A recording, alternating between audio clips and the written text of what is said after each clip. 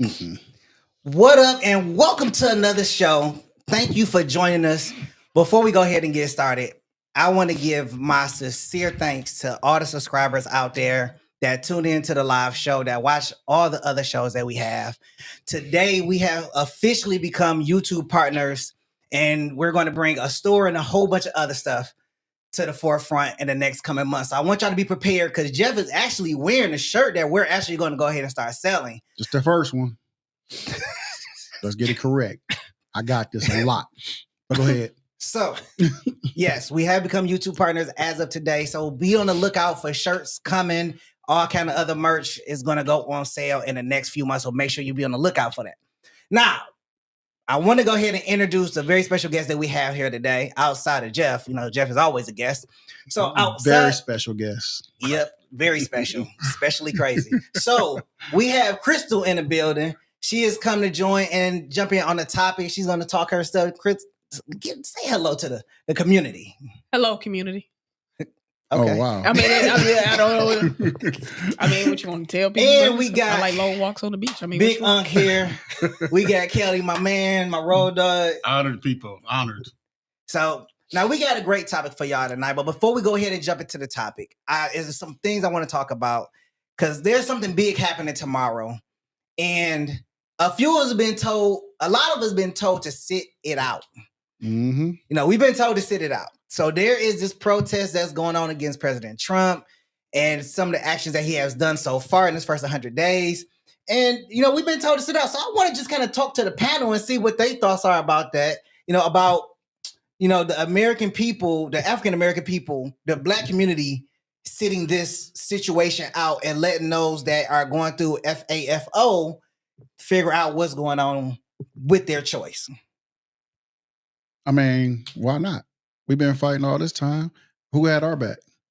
Who been fighting with us? And every time we did fight, they made it look like we were being thugs and bullies and tearing up the place. But that wasn't us.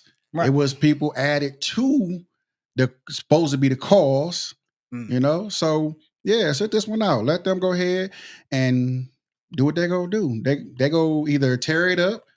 They go either they're not gonna get arrested. They probably gonna slap them on the wrist, tell them to go home because they not us. You know what I'm saying? Okay. So, because I think everybody from that January 6th, then they all get parted. Everybody, yes, they did. They got parted. Yes, so everybody got parted. Okay, yeah.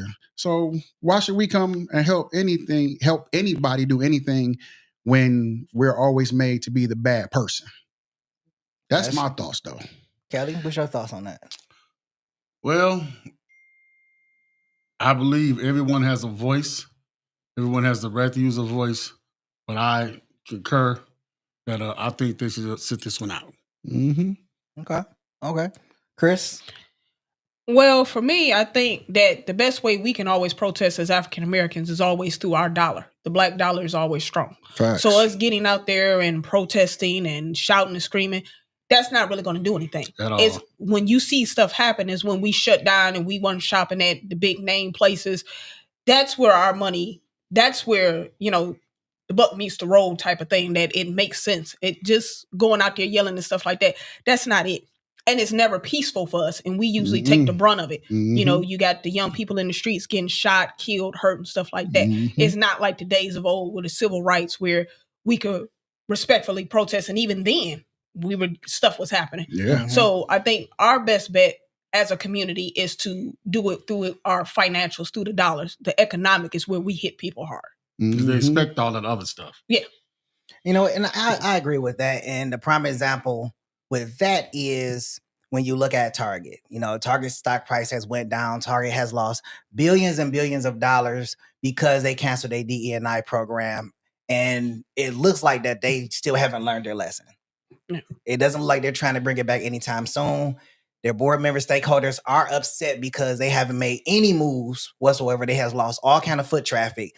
And Chris, to your point, that is the power of the Black dollar. Yes, When Black people start taking their money out of the situation, then companies begin to hurt. You know, we spend the most money on pretty much everything from alcohol to clothes. You start putting that Black dollar out, just imagine how that money looks if we put it and just kind of circle it back into our own community, the wealth that we could build if we did that. And I think that is the next move that we need to focus on in 2025, going into 2026, is taking that money and building our community back up or up even further, so we can kind of take it out of, you know, Caucasian people's hand.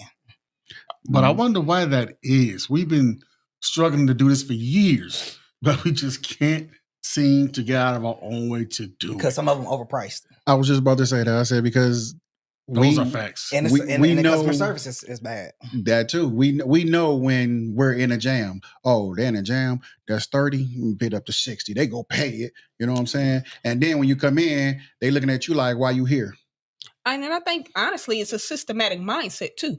Sometimes people assume that when you go to Caucasians, you automatically going to get better service, better products. Yes. So we have to upcharge to compete with that mentality. And then we've been taught throughout the years to always compete against each other because it's a struggle mentality. Mm-hmm. So which is the topic at hand is coming up, if we start teaching our youth at a young age to change their mindset and that you too can be privileged, then that takes away that systematic thing that I always got to fight for everything I get. You know, so I think we always feel like we got to compete with everybody else. Where if you look back on Black Wall Street, the reason why it worked, the reason why the black dollar was so strong, because they all worked together because we had a common goal. Right. Now everybody now is like, okay, well, no, I'm let off me of get me. up, let me get up, let me get up, you know. Wouldn't that be good if we could get another Black Wall Street? It's beautiful. It would. Yeah. You know what I'm saying? It would. But you got to get at least two people to agree on the same thing and don't have no hidden agenda. Exactly. But it's only in our culture. You see other cultures, you see Indian people, they'll all live in one house together. Mm-hmm. Asians, And each one of them build out, go off Mhm. and get their own money. Like in me Mhm. doing my business, you go to an African American wedding and people putting $20, $50 in a cart. That's nothing to help a new couple starting out. Nah. You go to a Chaldean wedding, they sit a big chest in the middle of the floor, and each family represented there has to put $5,000, $50,000 in that chest. Facts. And that starts out that family, that couple on the right path. Like Exactly. now you got enough money to buy a home, you got savings. You're starting out how a couple's supposed to start out.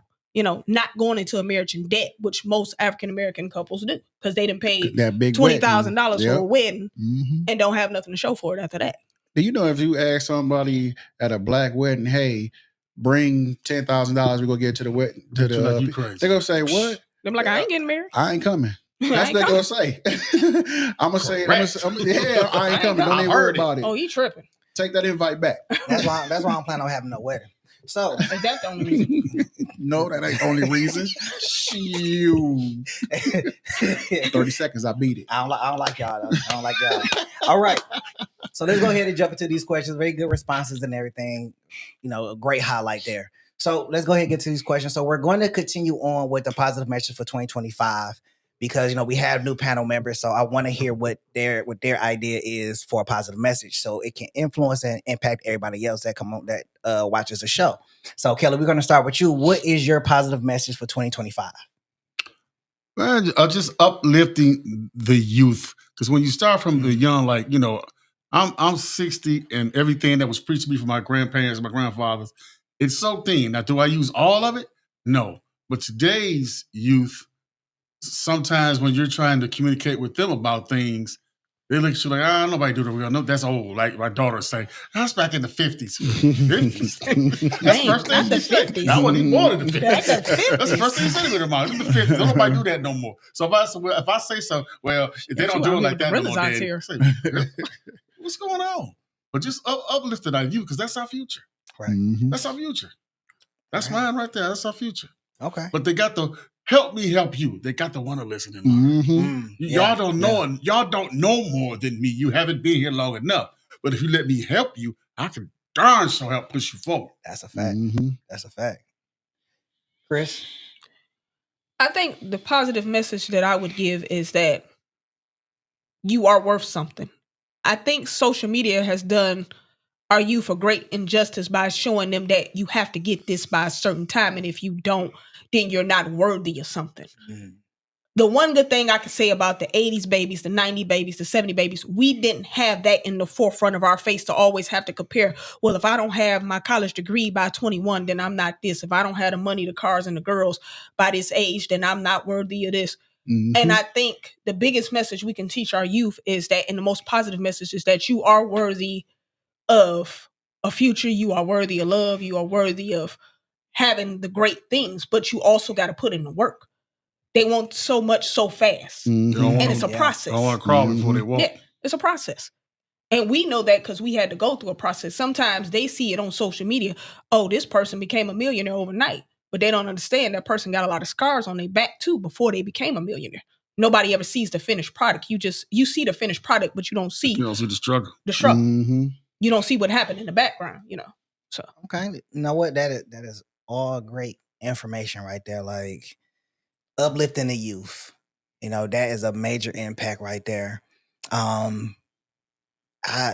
That's they need some uplifting because They need something. they need something. I ain't gonna lie to you there. Man. All and, right. I don't think it's they as bad as we think it is. It's just it's no, they different. bad. It's more in our face now because of social media and stuff.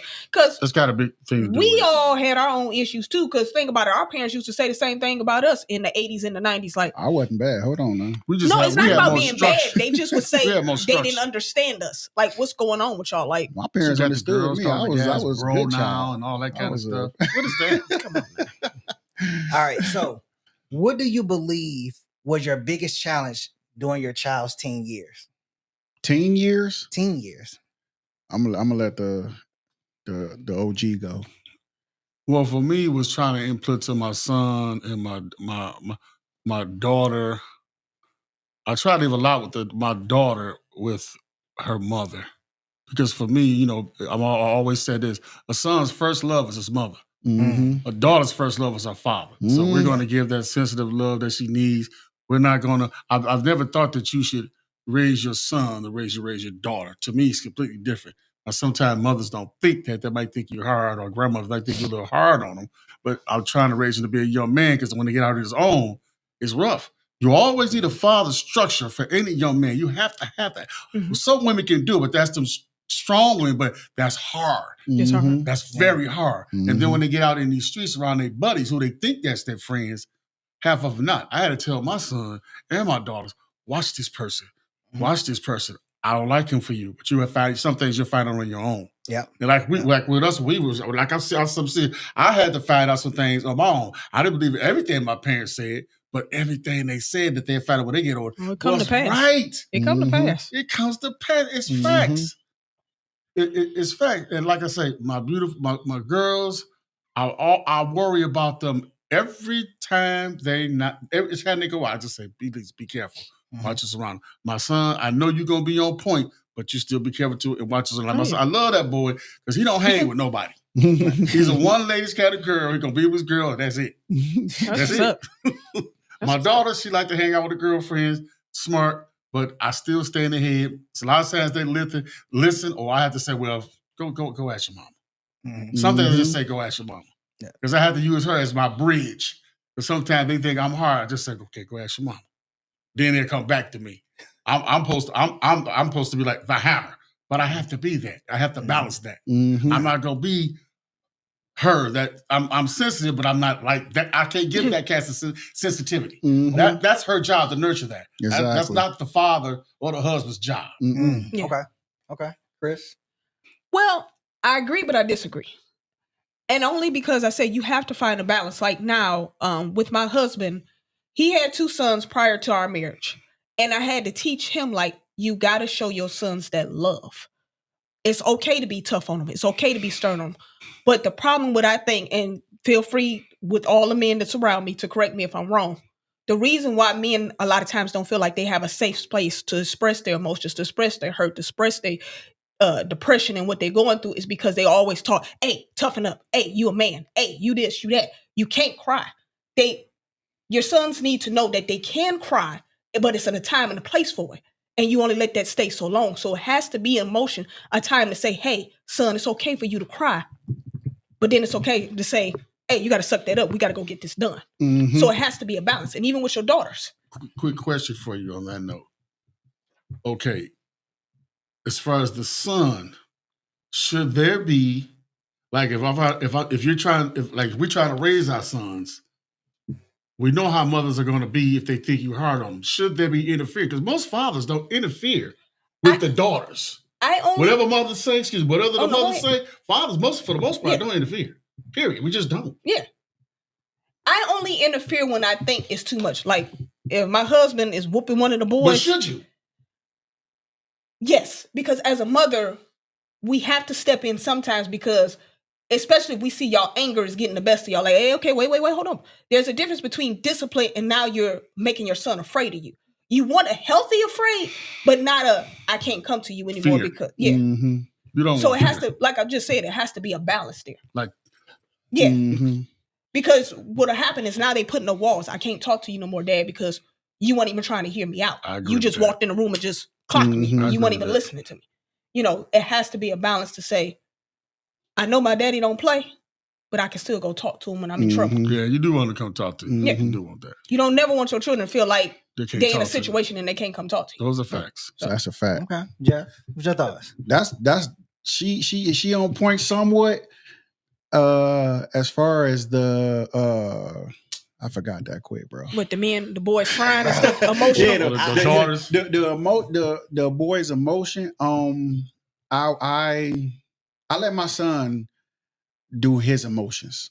Okay, as far as crying, sadness, whenever you want to cry, come talk to me. I'll let you cry with me. Well, that's what I'm saying. Yeah, they have that. It's not a safe place. It's basically they need a no judgment zone. Yeah, you know what I'm saying. Even with men, when men, some women don't want their man to be soft or to cry around them because now they feel, oh, if he crying now, then what you gonna do? Something like this. Respectfully speaking, if you got a woman, I'm just saying some women. But no, not you per se. But I'm saying if some women, if a man has a woman and that man feel like he can't come and put his head on his woman's lap and cry. A lot of guys don't. She ain't the right woman. A lot of guys, but you know what? Because love will make you stay wherever you want to. Wherever your heart is, love is going to. Your heart wants whatever your heart wants. Just because your body wants to walk away, your heart is going to stay there. Because if you think about it, look at the statistic of African American men that's committing suicide, that's addicted to drugs, that's own different stuff, because they feel like they have no outlet. Yeah, you got to be able to come and talk to your woman, or your son's got to be able to. Supposed to be. Yeah, you're supposed to be. Yeah, both my sons, I let them know. I don't care what you do, how you do it. If you come talk to me, I can get ahead of it. Yeah. I say, if you kill somebody, shoot. I ain't say that, y'all. I'm just playing. I hope you hide the body.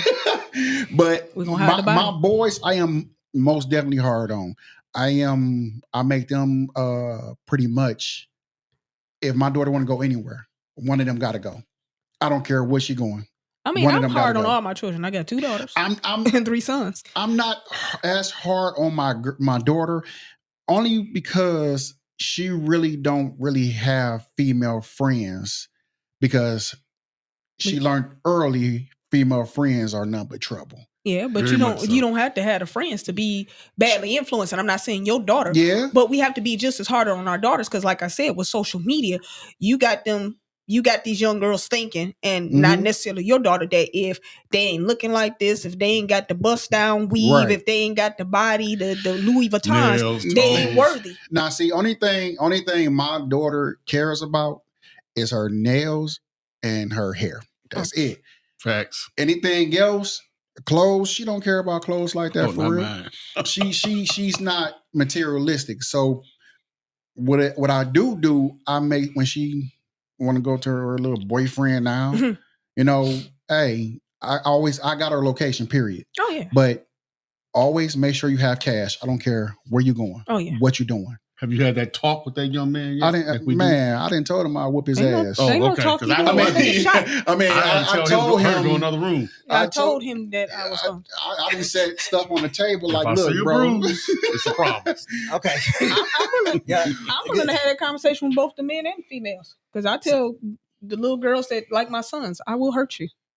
See, my son is not, my youngest son is not at that. Well, he is at that stage, but I told him, you're not ready for that Well, that's what I tell my emotional. 14-year-old. I said, My son, your 13. first love is books. You gonna graduate from high his school. first love. I told him your first love is your mama. Yeah. Keep your first love there and don't, chill out. All right, so let me ask y'all this. Great discussion, because man, y'all talk a lot. So ain't that what we here for? I mean, it is. I love it. I love it. I'm cool with it. I ain't got to do that much talking. I can sit here and hold this sheet of paper. I can tell you that right now. Have you noticed any generational differences in how teens handle stress, relationships, and responsibilities? They can't handle it. Hell yeah. They buck wild with it now. They can't handle it. No, not at all. They can't handle no pressure at all. None. Don't want to. They have like mental meltdowns, like, oh my God, this don't work, and they just flip out. And a lot of this, we was all raised that's going on Teflon right here, the strong. social media and everything, that got a lot to do with it also. But that's like I just said earlier. It's because that. they see it in like, oh, okay, well, this person doing this and this person doing that. It's a programming mechanism. Now, do you think that, looking at the recent teens, do you think that the pandemic had something to do with that? Absolutely. Oh, I disagree. This was going on I before was just about to say that. Only thing I think the pandemic really had anything to do with is basically no, I don't think nothing at all. Well, because I'm thinking, I'm like, because the pandemic had them separate from their friends. Okay, only for a minute. They got FaceTime, they got Zoom. They was always in each other's face. They just wasn't there physically. Now, to me and you, that's more than enough, because we grew up, we was outside all the time. And when we got tired of a person, we got up and we left. Right. They sit there on the phone 24 all day long. Now we got a comment from Deshaun. Okay. It says, better question is how would you help them handle stress, relationships, etc.? It's hard. You can't. Well, you can't help what you don't know. I'll just that's a fact. You can't help what you don't know. Come to you before you know. You can't help what you don't know. But at the same time, when they in that relationship, first relationship, second relationship, they really not gonna listen to you. They gonna want to be with that person and hear what that person say, because now they think this person that they so-called in love with, the emotions the emotions is going to take over. Yeah. So it's like, man. So so it's like my daddy telling me this, but it's my man. My mama always said, go with my man. No, she said she's going to go with her man because she's older and she's married. This is your first, second boyfriend. And I'm telling you, I don't like him. I'm getting a bad vibe. Oh, daddy, that's just you just being a daddy. So I mean, it's hard because they're not going to listen. Their emotions is going to just be like, I'm gonna jump over what he say, I'm gonna grab onto him. And when they grab, only thing you can do, be there to catch the pieces. That's it. Okay. Well, I understand. And the reason why I say I understand is because, during the pandemic, when everything was happening, one of the biggest things with teenagers was that, from the withdrawal, a lot of them were falling into depression and ultimately committing suicide at some point in time. And that was one of my biggest concerns, because being out of the house and my son being at home, my fear was that he was going to go into depression. And then my other fear was that I was going to come home and then, see the things that I seen. Right. And I tried to make sure that I kept an open dialogue. What's going on? Are you okay? Are you comfortable here? If anything happened, you can call me. Just trying to keep that conversation going. Because sometimes what happened is some people have that one touch, that one touch or that one conversation. And then from there, they're like, okay, well, things is fine. And then they completely miss the signs that something is wrong with their child, that they got quiet, they withdraw, and all that stuff. And I didn't want to be that parent that missed it and then come home and see the unforgettable and be like, dang, well, what happened? How did I miss it? And then you start to question yourself. You do. Time and time again about, what did I miss? Where did I go wrong? Was I at work too much? But did I not communicate enough? I thought I knew what was happening. Mm-hmm. Because you see it every day when somebody commits suicide. The parent is asking the question of, where did I go wrong? And maybe it's nowhere where you went wrong. Sometimes you just can't stop. I honestly, I would like to say that I think the biggest thing that goes wrong is that you're not in your children's business. One of the things that I dealt with when I was growing up is that my mother stayed in my business. Who you talking to, who you hanging out with, who this, and we don't do that to our children because we're raising a generation of children. They now, don't we like want to say at all. We got to give them their space. We got to let them be them. And yes, you do have to do that, but you need to be in your child's business. We've taken away the things that we grew up on, like sitting down and having family dinners and stuff like that. That's where them hard questions I ask, and not just saying, "Hey, how was your day?" Because they're going to say, "Oh, it was straight." You ask the questions of, "Hey, who do you talk to today? What happened with this? I heard about this at your school. Did that affect you?" I heard, like, my son had somebody at his school commit suicide at the school, and I had to sit down and have a conversation with him, like, how you feeling about this? What did you think? Did you know that person? Did y'all know something was going on with that person? Did anybody see the signs? Did he talk to anybody? Do you need to talk to somebody? How you feeling? You got to ask those questions. You can't just say, "Oh, okay." And I mean, and I know, it's a taboo thing too, but everybody might not agree with it, but you got to pray and cover your children. You can't just send your children out in this world and not pray some kind of prayer, whether you all into it or not. You got to say, cover my babies, because you're responsible for them. That's your seed. You're responsible for it. Mm-hmm. I think sometimes it don't even be signs too, though. Sometimes I think it be, they can go to school, somebody say something to them, they come home that day, and I think you should be able to talk to your child every day to make sure they're in a great mental spot. I don't think it's a sign for everything. You know what I mean? I do too. I mean, I do, because it's never something that's sudden, like that. Just that one thing set somebody off. It's little seeds that get planted here and there. You might not be able to see. I think not whether they're big signs or not. That's the question. But I think it's always little signs here and there. Whether they're withdrawing a little bit more than they used to, whether their behavior, attitude change. But that's just becoming a teenager as well. Some teenagers withdraw no matter how much you gravitate to them. Because they're becoming teenagers. Yeah. So you could think, they're something wrong, but nothing's really wrong. They're being teenagers. How you go decipher the difference? Exactly. That is hard. You got to keep asking questions, but at the same time, there might not be no signs. It could be just one thing that has set them off. You know what I'm saying? Yeah. It's completely messed up. That it's completely messed up. This is hard, bro. It's completely messed up that the world is like that now. Because when we was growing up, we got our butts kicked. We got understatement. We got drugged through the mud. We got beat up. We got slapped. We got walk. That's walking home from school. So we get home and we got older brothers or older uncles or whatever. Nowadays, it's totally different. They don't have that same strong mind, period. They're smarter, yes, but their them emotions, they let them out.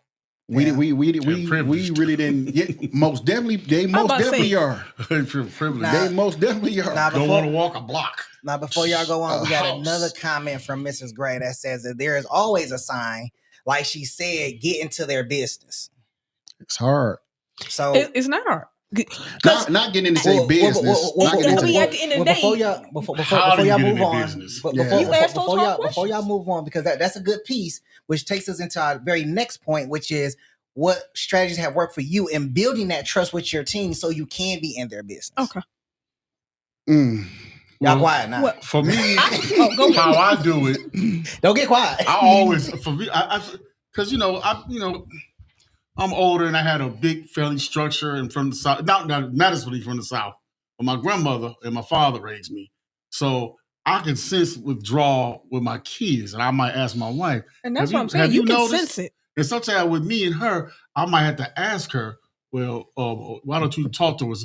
Because my kids respond different to her than they do for me. Mm-hmm. Now, my baby girl, she opened up and talked to me more, in my opinion, than she would with my beautiful wife over there. Because she might, you know, because she might be like, well, why she didn't tell me?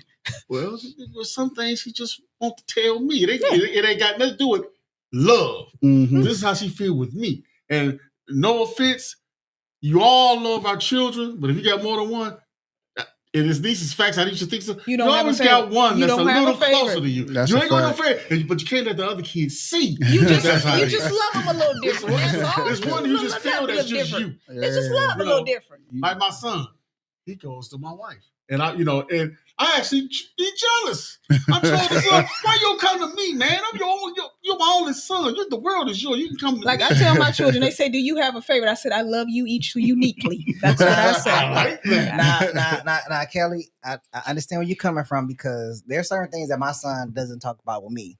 But see, he don't talk about it with me because I'm an embarrassment. Because yes, you are. That's what she would say. Yes, you are. Now, I don't take the conversation seriously. You know, yes, you are. We can have an adult conversation, but it's not going to be serious. You know, because I always ask them, because what my auntie used to do with me when she thought that I was like with a girl or something like that, she would jiggle my pants in the back and say, "Well, you doing anything?" And I'm like, "No, I'm not. I don't even know what she was trying to do. Like, I don't even know the meaning of it." But I would talk to my son. I'll say, "Hey, have you did any adult activities?" He'd be like, "No, Dad, I haven't." I was like, "But you had a girlfriend." "Yeah." "And y'all was together." "Yeah." "And y'all by yourself." You're like, "Yeah." "So you ain't kissed her, did you?" He'd be like, "Why are you all in my business?" I'm like, "Because I need to know these things."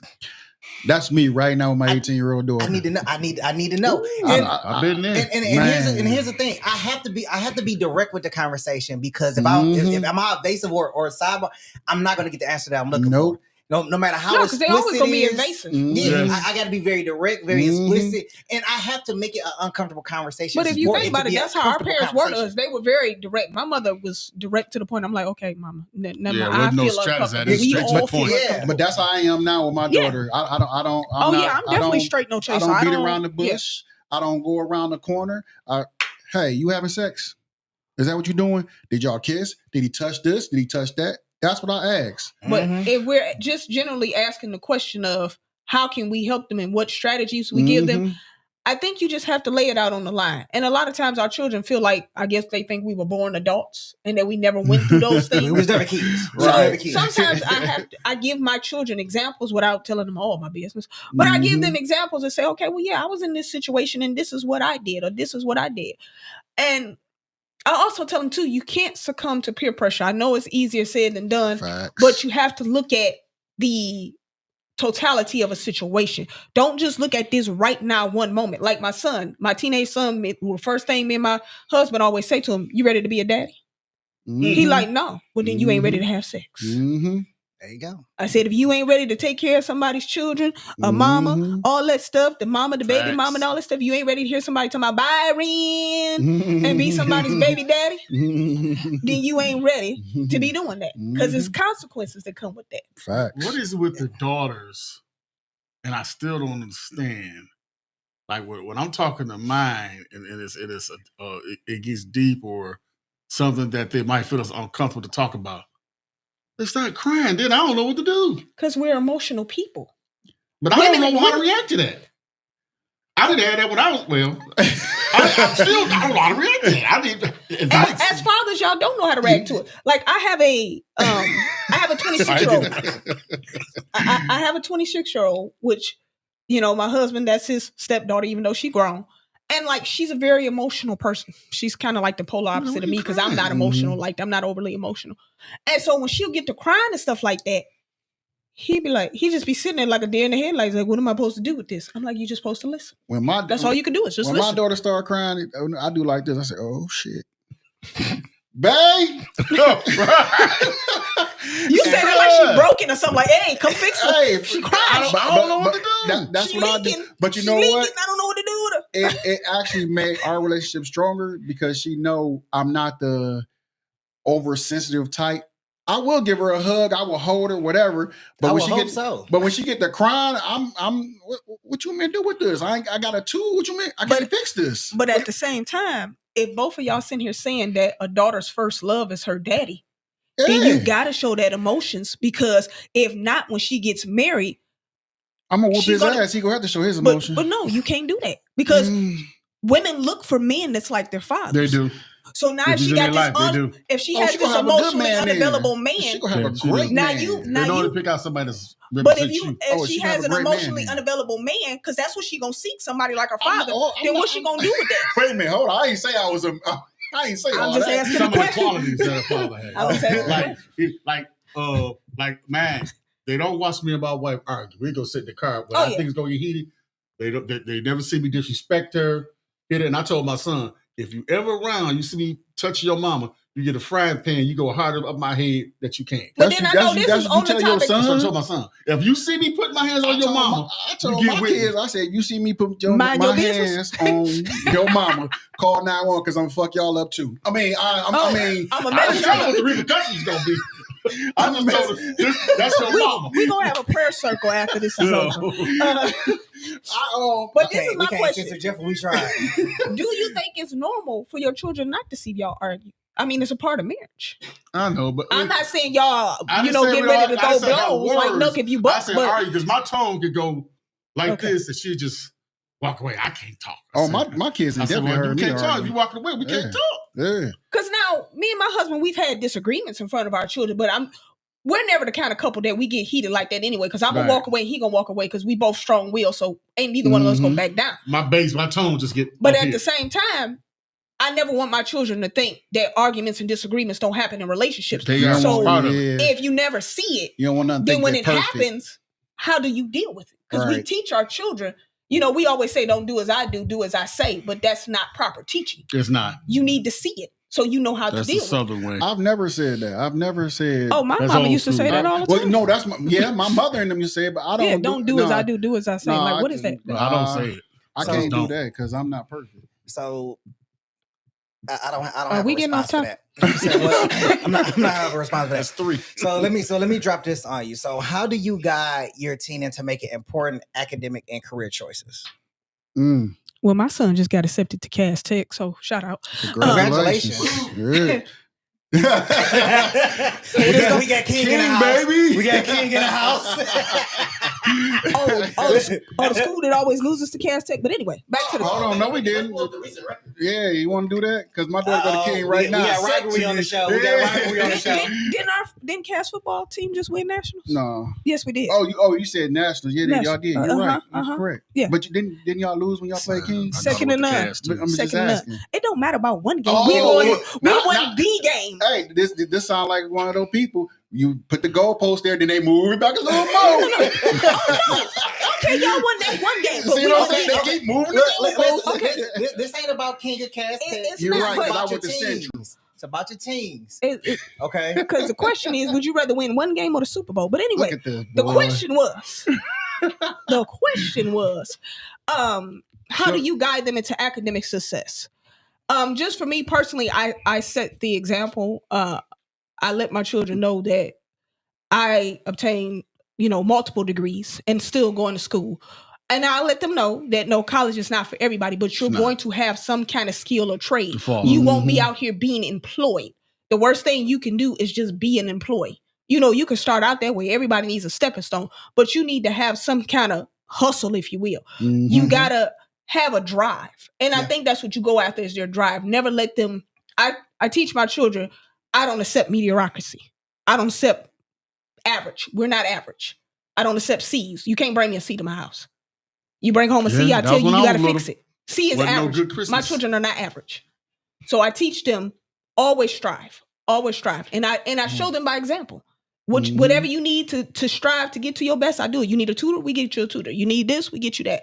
Whatever you need to get to that goal, because you need that education. No one is out here doing anything without education. Even the influencers. People think, I'll just become an influencer.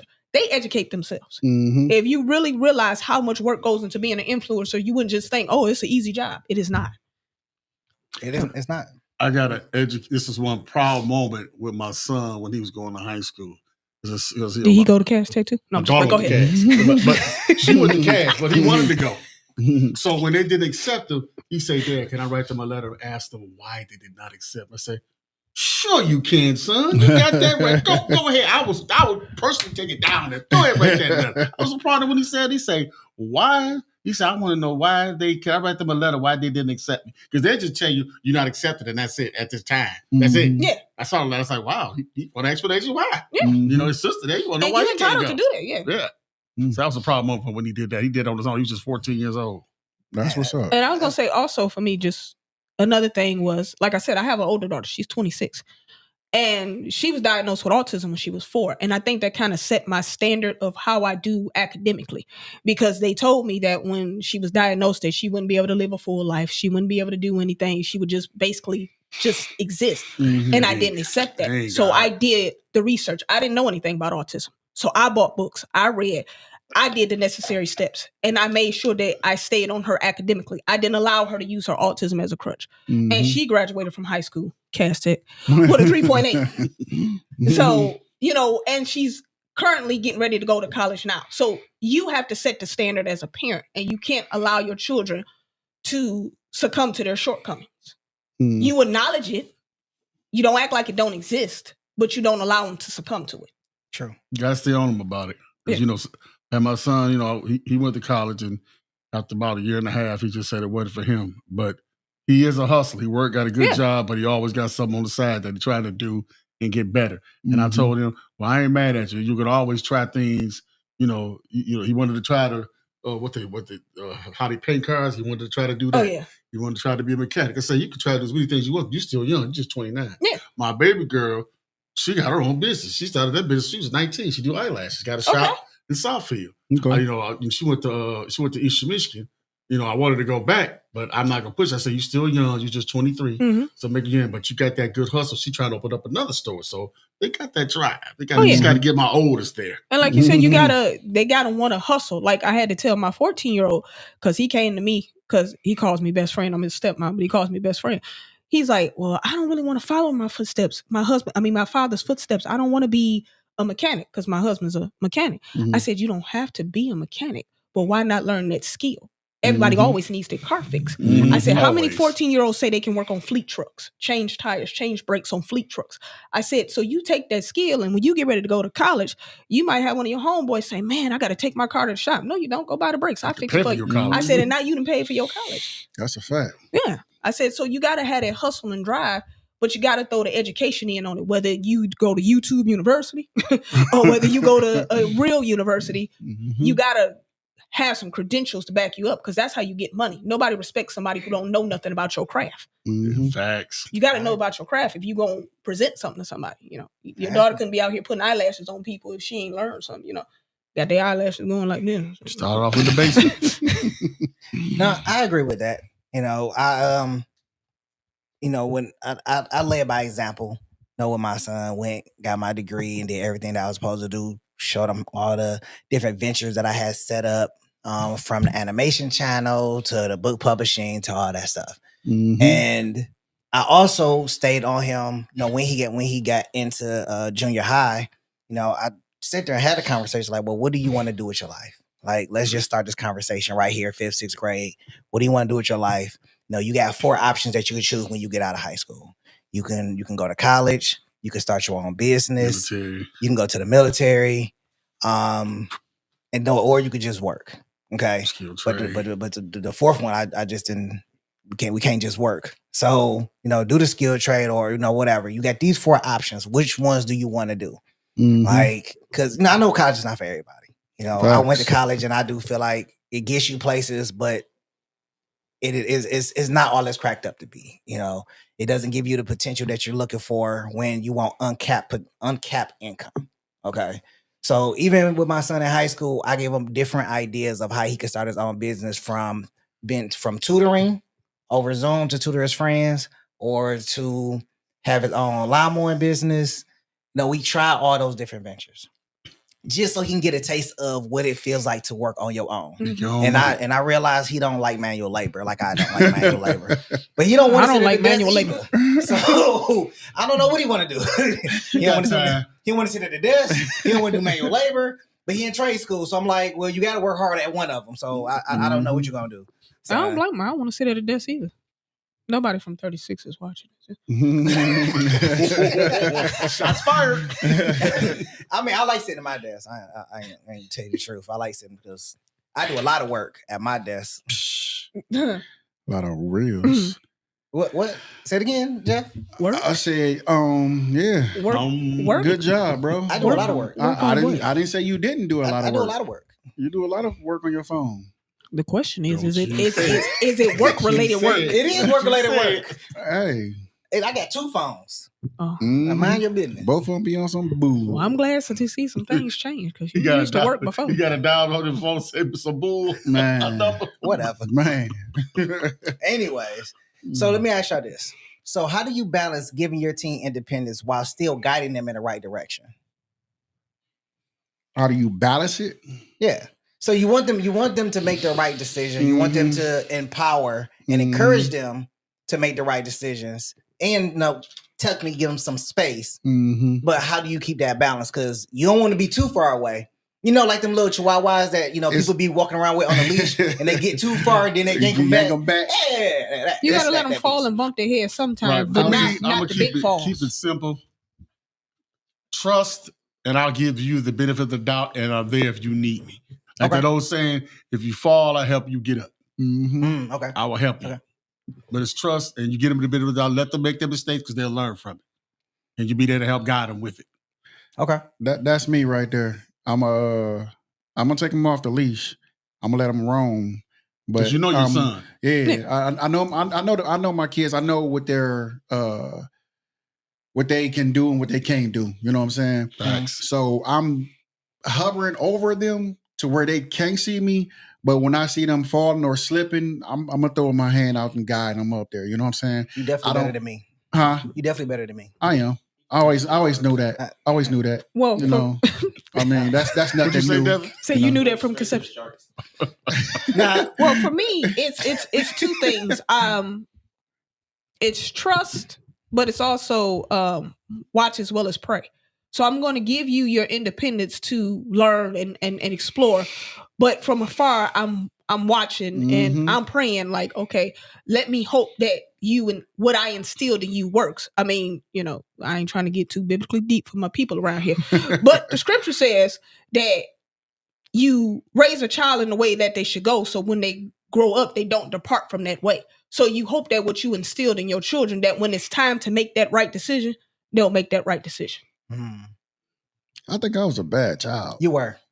I definitely remember the days of you being like. I grew up in the church, man, and just went left all the way here. You're the prodigal son. Left. You did a whole move. You're the prodigal son. Yeah, the prodigal son is the one that returned home after he decided to do whatever he wanted to do. So that's you. Hey, Jeff, you didn't go left. You did a whole U-turn. Like it's okay. You was in front of me though, so you came back. It was a tight race. Man, it wasn't even a race. But you older than me. How? You're right. I'm not older, because but you was younger. That you couldn't been out here wilding I was about to say. I am was the baby of the bunch. I don't get in just, trouble. Man. I don't make mistakes. I'm the baby of the bunch. You don't make mistakes. I don't make mistakes. I'm the baby of the bunch. Oh, so there was just all mess ups. Just another shot. I don't get in trouble. I thought this was a real podcast when we started doing fairy tales. So what's one? This is not fictional, sir. It is. No, it's not. The revolution will not be televised. Look, y'all can't prove anything. That's the thing. There ain't no record of nothing. That's a fact. I got pictures. She ain't got nothing. I got pictures. She would know. Old school 36. I'm talking about the pictures. So let me ask y'all this. And Jeff, I'm going to start with you. Nope. What's one piece of advice you wish someone had given you about parenting a teenager? Ooh, I gotta go. Parenting a teenager? Ooh. I wish they would have said, watch out for their attitude. Good Man, job. they attitudes. They're different. They're not disrespectful, but they're not They are. They're not. It's Today's teens. Oh, I'm talking about mine. Oh, yo, okay. How you know about you? No, I wasn't gonna say that. I was gonna be like, damn, my kids disrespectful to you. Whoop their ass, But no, they're not disrespectful. They are in their own way. They in their feelings. They have to let their feelings out, regardless of what we're doing, what we're talking about, where we're going. They have to let their feelings out. And when, like I said, when I was growing up, my mother used to say, "Shut up." Sit down. That was it. I think that goes back to the whole I social gotta media look. thing. It gives them a Did that platform to bottom feel lip. like everything you feel like you got to say it. No, I don't think it's I don't even think it's social media. I think it's just It's the they climate. they think they have so much stuff built up to where they think it's we had it built draining up too, them. but we didn't. Yeah, we had it We built went in up, our but room and hit at the air like Cuba Gooding Jr. did in Boys to. No, they not doing that. They sitting right there. Daddy, look, I need to talk to you, Daddy. Yeah. I did not like the way you said this, Daddy. I don't give a I mean, I don't care what you. This is hard, bro. Do you really? But do you really think, honestly, is that necessarily bad? No. That's why I say I said it's not bad. I said they're not. Some people would take it as being disrespectful. Yeah. I don't think it's disrespectful if your child coming to you and letting you know, hey, Dad, this hurt my feelings, or I didn't like the way you said this to me. Okay, you know what? You're right. I could have said it better, but still, get the hell up and get out. Oh, my daddy wasn't buying that. I mean, because I give my children the opportunity. It's not being questioned. It's more like you just want understanding, clarification. They want understanding. Yeah. They want understanding. He'd be like, "What you just say?" Because it was a different time, though. It was. Yeah, because I give my children that moment in time, but I tell them it's a right place and right time for it. If I say, "Hey, go do this right now," that ain't the time for you to question me. But now later on, if you come to me and say, "Well, why did I have to do that?" They definitely question. Don't come explain to you later that. about that. No, if I hurt your feelings, that's. But at the time, story. if I say, "Hey, wash the dishes," that ain't the time for you to say, "Well, why I gotta wash this?" Because I wash your said whole so. plate. Yeah, So you say, but I was about to say, if the biggest advice that I would, so wash your whole fork. I wish somebody would have gave me is that give yourself grace, give your children grace, and y'all are growing together. There's no, I know it's 1,001 books out there, but there's really no book on parenting. Mm-hmm. It's not. You got to treat each and every child different. Now, in your case, you only got the one, but if you have multiple children, you can't treat them all the same because they're not same. They're individual people. Like even my twins, yes, they're twins, but they're individual people. Yep. So you gotta treat them different. What worked for little Johnny ain't gonna work for little Peter. You gotta treat them differently. You know, you can't. We raising Kevin though. Johnny and Peter, they're messing up stuff. What work for little Mookie don't work for Ray Ray. Okay, you know? All right, Ray. That's no better. Kelly, what's your thoughts on that? I agree with her. You do have to raise them totally different because I prayed. I'm glad I got her again because what I'm going through with my oldest, it's rough, man. I mean, I stick in there. Whenever you got to tell your child you can get your stuff and get out. That was one of the hardest things for me to tell my child. That's most definitely it was hard. Much as I love her, but she was disrespecting my you can't disrespect my mom. That was just hard because you told all the thing was y'all staying here. It's a blessing. Y'all ain't got to pay no bills. You feel bad for kicking somebody out? I ain't feeling bad. I mean, that's your child, so you go feel bad. You don't want to see your child hurt. It's your child, man. Says who? What you mean by that? It's your child. I mean, I kick them out. No, you wouldn't. Yes, I would. No, you wouldn't. Because I never had the experience. I can get a remote. No, you wouldn't. You wouldn't kick them out. But at the same time, if I want peace of mind, I would. But sometimes they need a kick in their ass for them to start up. You know what I'm saying?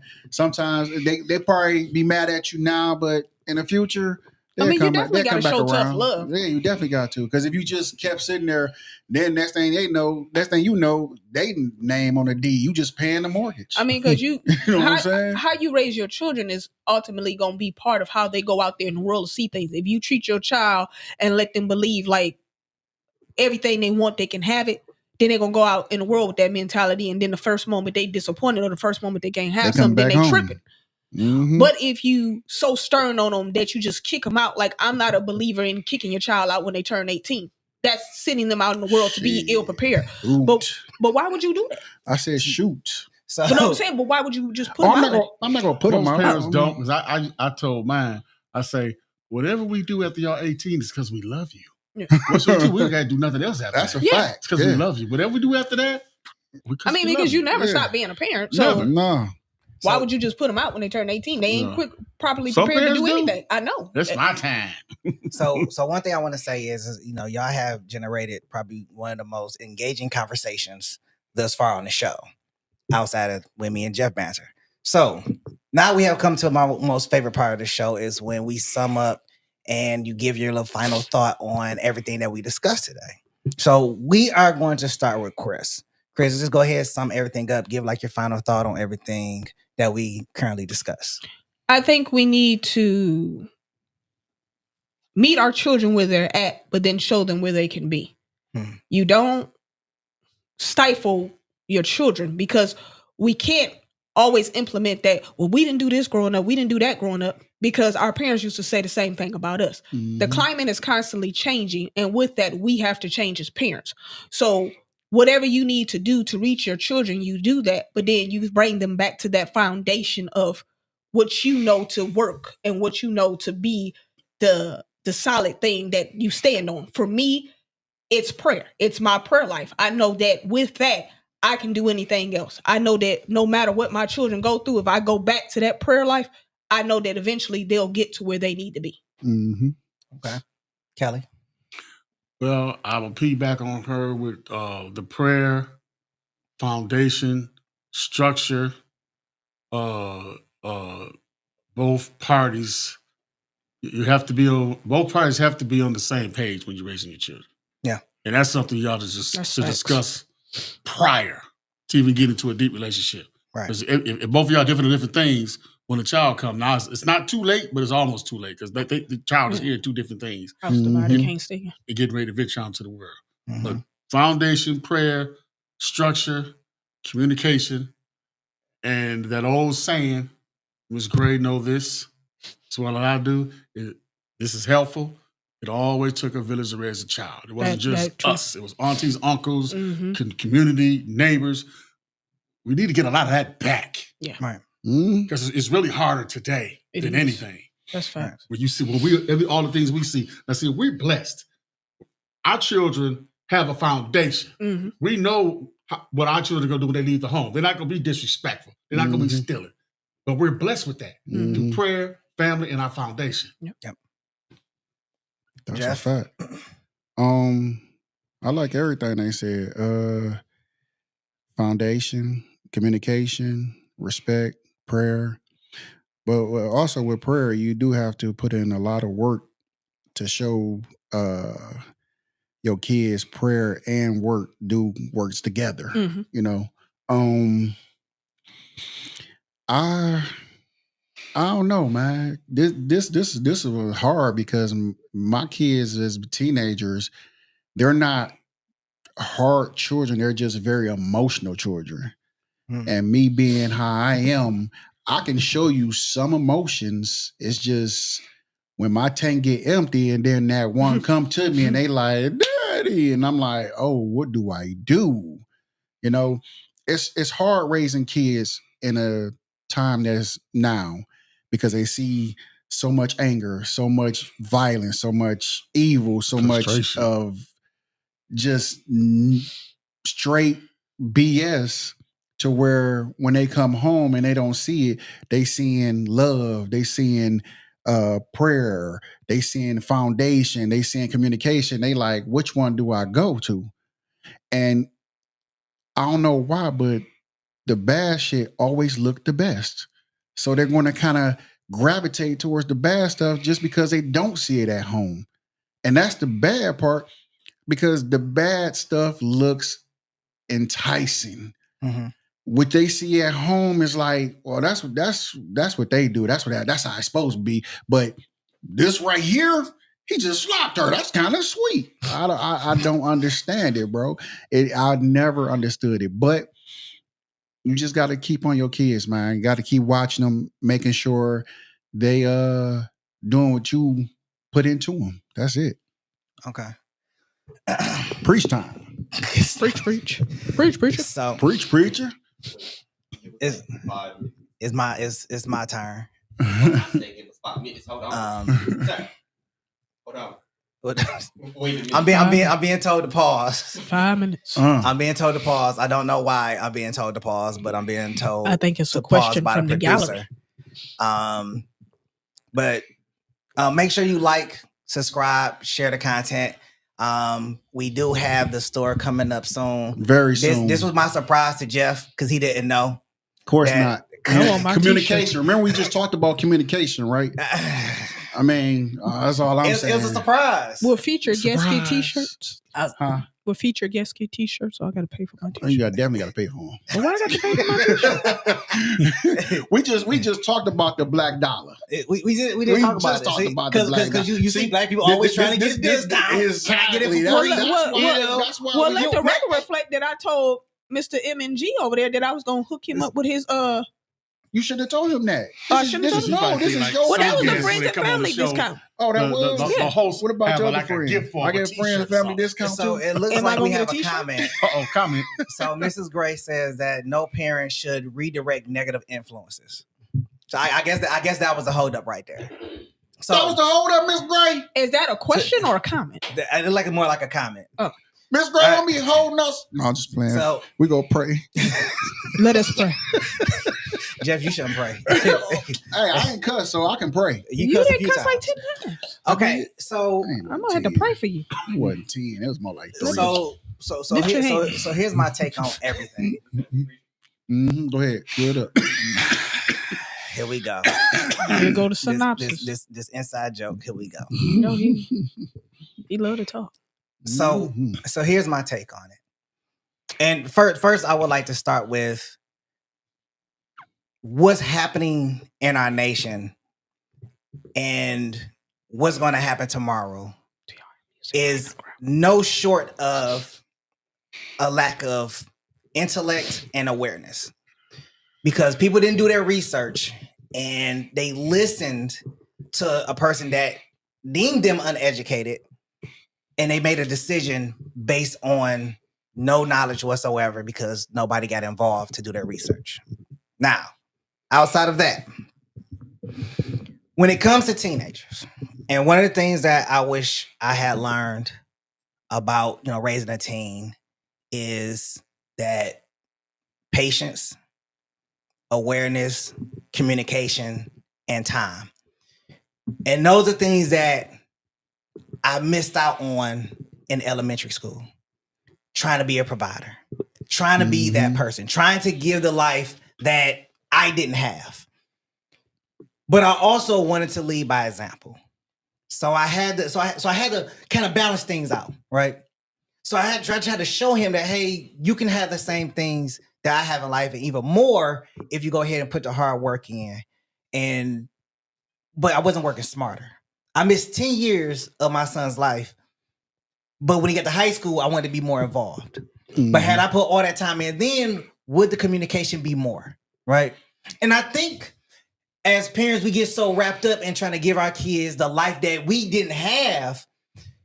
And by trying to give them that, we put so much emphasis on work and less emphasis on time.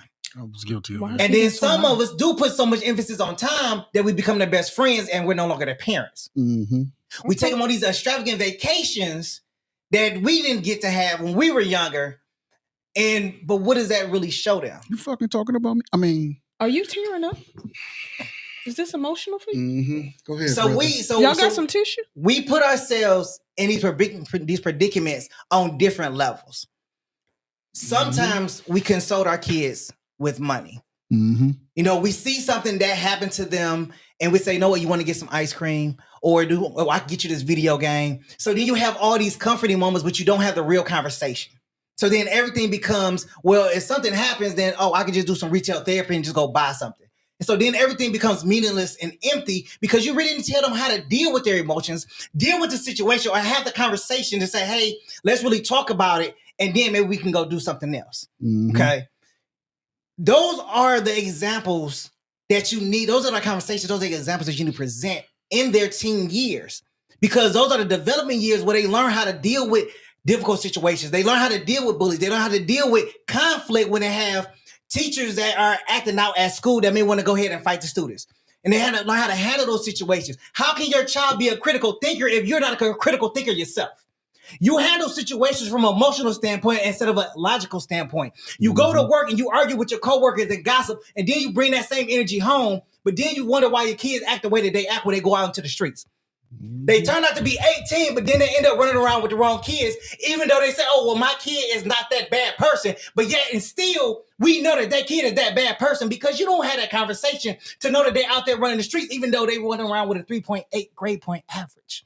Yeah, they smart, but they stupid because they're not even street smart. So they hanging with the wrong ones. They end up dead at 19, and then you're sitting there crying saying, no, that wasn't my baby.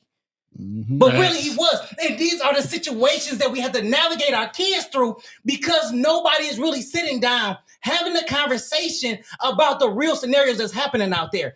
Yeah, people want to talk about the racial aspect and what you should do in front of a police officer. But what are you supposed to do when you're dealing with friends that want to skip school to go hang out with a whole bunch of girls and then turn around and have sex? And then you got a baby on the way because then nobody think about having protection because nobody wanted to have a real conversation with direct responses to prevent those actions.